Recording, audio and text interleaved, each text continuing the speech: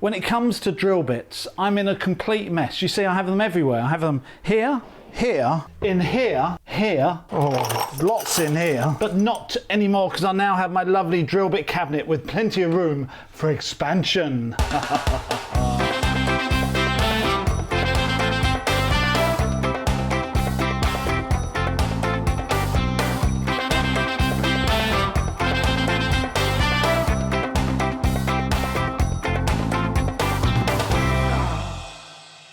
So yes, in an effort to have a tidy up and get some order in this workshop, I'm going to build a cabinet for my drill bits. And I found the perfect piece of ply to do that. And it's this half sheet of 1/2 inch ply that's been sitting behind me in nearly every video for must be at least a year.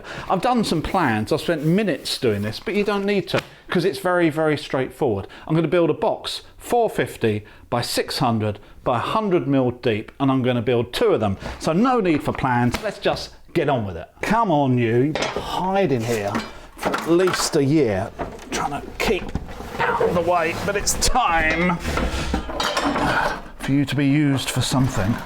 Oh.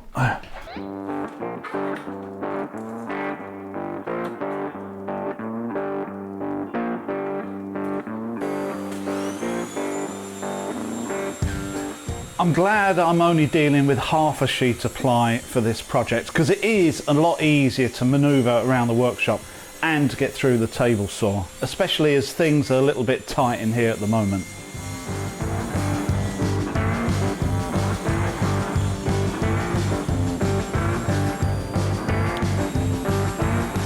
The great thing about cutting ply with a table saw is that you can make accurate repeat cuts. As this wasn't a full sheet to begin with, not all the corners are necessarily 90 degrees, so I need to find the original shop bolt corner to start working from in the other direction.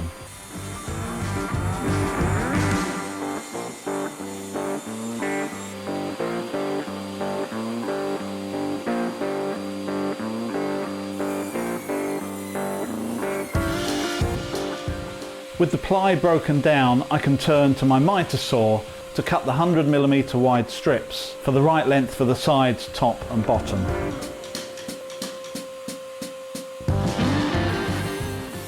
From experience, I found making boxes or any sort of timber work like this so much more successful if at every point you're as accurate as possible.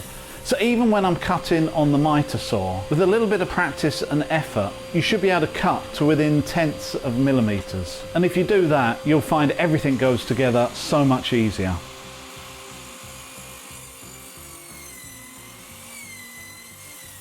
So that's about 95% of all the cutting for this project already done, and it only took about 20 minutes. You would have seen I use a table saw to cut everything, but you can quite easily do the same using a circular saw or a plunge saw. If I use one, people say I should use the other, but it doesn't really make any difference. This isn't suitable for a band saw, and definitely not suitable for a jigsaw. You just haven't got the accuracy.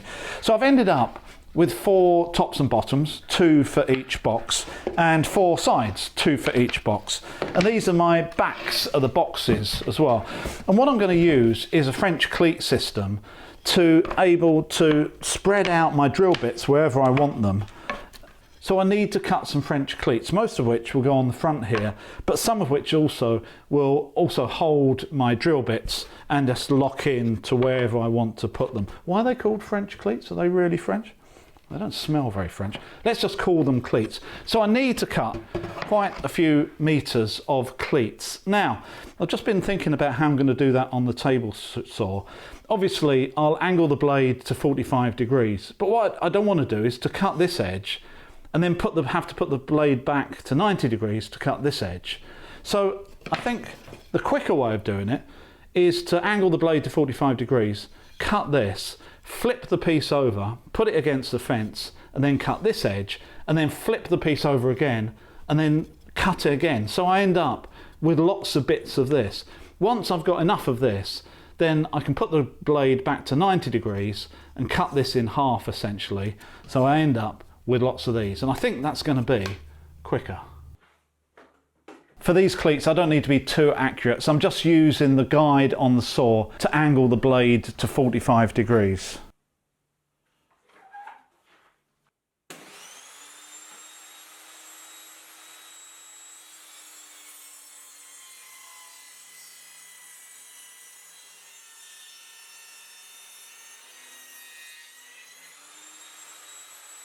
So after each cut, I flip over the ply board and run it through the saw against the fence. I cut all the strips this way until I know I've got enough, and then put the blade back vertical.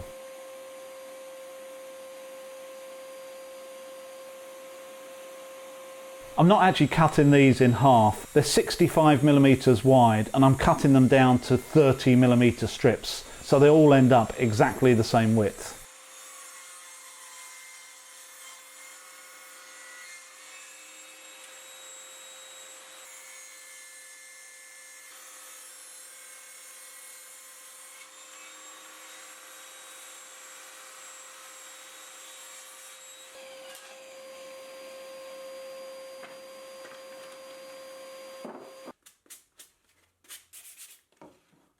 Just one tip about sanding if you want to be a proper woodworker is whatever you do, don't use sanding pads. If you want to be a proper woodworker, make sure you've got the whole range of sandpapers and you start at 80, you go to 120 and all of that. You really don't want to be doing what I do and using a sanding pad. Like, it's easy and it's convenient. I have no idea what grit this is. It's just like a medium, but you really don't want to signal to all your friends and family, especially if you're on YouTube, that you're just a DIYer. I can only dream of the time that I could be a woodworker.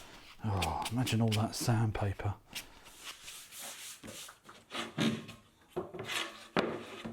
I'm not worrying too much about the spacing for these cleats. As long as they're far enough apart to be able to get the cleat that you're inserting in between them, then they can be at any centres. So I just use an offcut of timber to spread them evenly.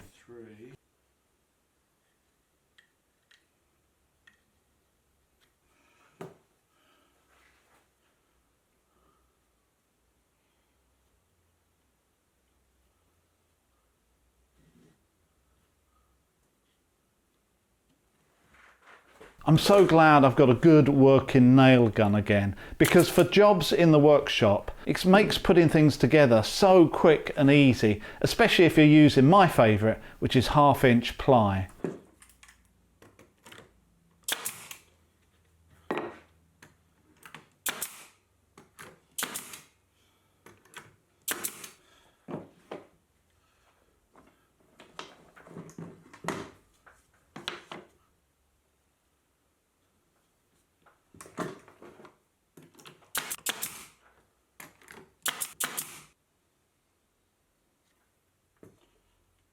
The great thing about projects like this is that there's no right and wrong.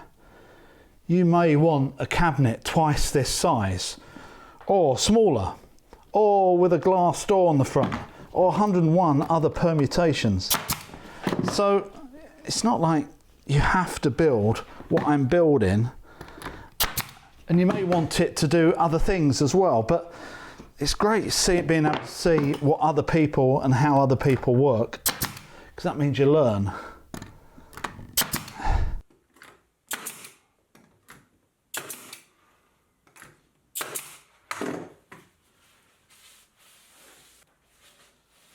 There we go. There is back number 1.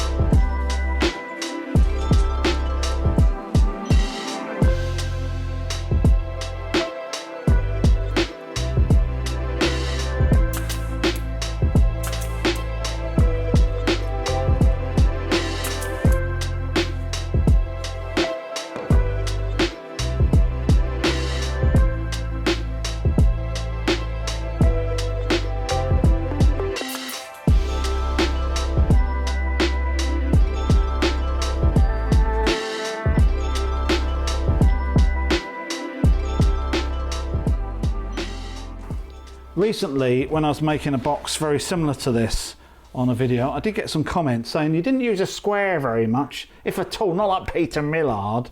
Well, the answer is, for a box like this, if you've done all your cuts square, then all you need to do is make sure that everything is flush and it will naturally square itself up. And I'd rather have it flush and at 89.7 degrees than have it at 90 degrees and not flush. So really, all you need to do is use your fingertips and make sure that everything feels right. Lovely.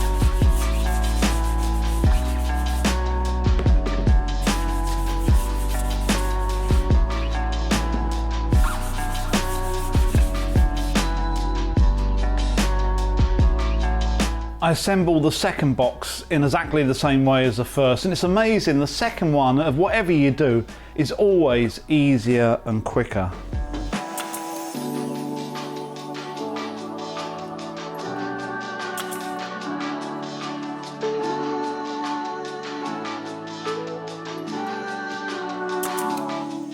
Once it's all put together, I reinforce the corners with screws just to help out the glue joints with the pin nails, because this is where a lot of the load is going to be going through these boxes once I've populated them with all my drill bits and bobs.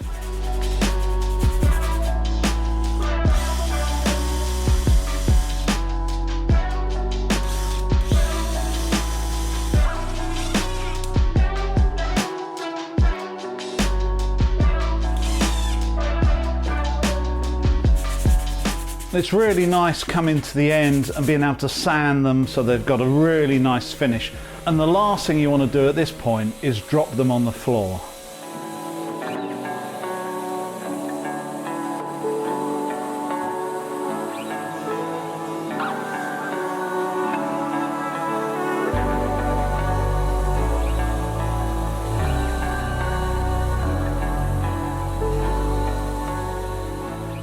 So, the moment of truth. Do they actually fit together? And I've not done this yet. Let's have a look. Well, that's pretty close actually, which isn't surprising because they're all cut on the table saw at the same time. So within about 0.5 millimetre at the bottom here, which I can hide, that is pretty bang on. So the idea is that this gets fixed to the wall and I can open it so to get to the second compartment. And to do that, to hinge that, I'm going to use this piano hinge that I bought from Wix recently. It's 600 long, it's 2 foot long, and I bought this for just over £3, which I think is a really good deal.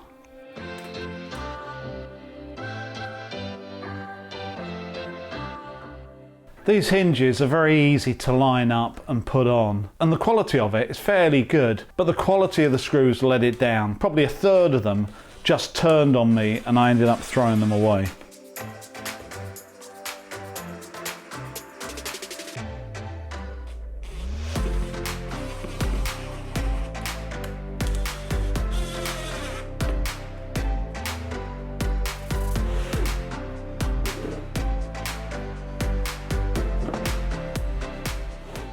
Fixing the second half, I just wanted to make sure that it lined up properly with the first. So all I do is put a screw at each end and then try it before I put any more in.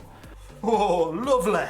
This way it means that if I have to take those screws out and adjust it with the others, I've still got plenty of opportunity to. With everything lined up, all the other screws, or what I've got left of them, go in and the cabinet is essentially complete.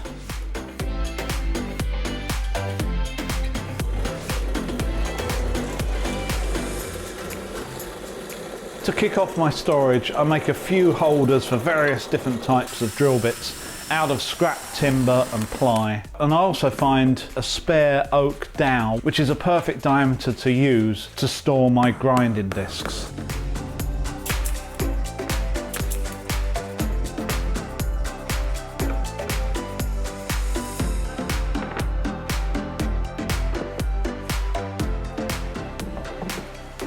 So I'm really happy with the way that's come out. It's worked as I'd hoped. And although I'm not convinced that this is the best place for it, I'm going to leave it here and use it and see how I get on. I think it might be better on a wall over there. But I'm glad I've got that flexibility to move stuff about as and when I buy extra and things wear out.